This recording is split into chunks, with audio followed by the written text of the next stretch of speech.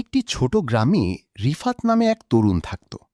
সে প্রতিদিন মাইলখানেক পথ পুরনো একটি সাইকেলে করে পাড়ি দিয়ে শহরে যেত ছোট একটা কাজ করতে। সাইকেলটি এতই পুরনো ছিল যে প্রায় চেন পড়ে যেত বা চাকা পাংচার হতো।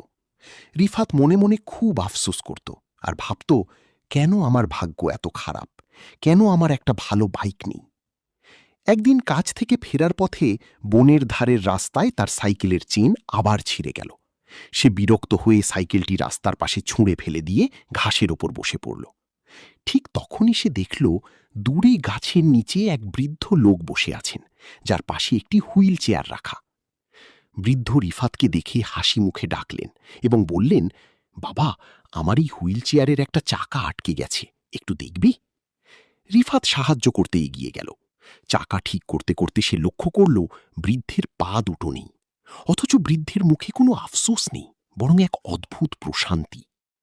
কাজ শেষ হলে বৃদ্ধ বললেন, ধন্যবাদ বাবা, আল্লাহ তোমাকে সুস্থ দুটো পা দিয়েছেন, এটাই তোমার সবচেয়ে বড় সম্পদ। আমার পা নেই তাতে কি, আমি তো এখনো এই সুন্দর পৃথিবীটা দেখতে পারছি। রিফাত স্তব্ধ হয়ে গেল।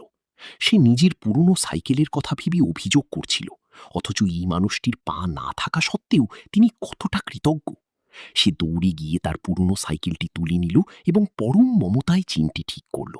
সে বুঝতে পারল, যা নেই তার পিছনে না ছুটে যা আছে তার সঠিক ব্যবহার করা এবং আল্লাহর প্রতি কৃতজ্ঞ থাকাই হলো আসল সুখ।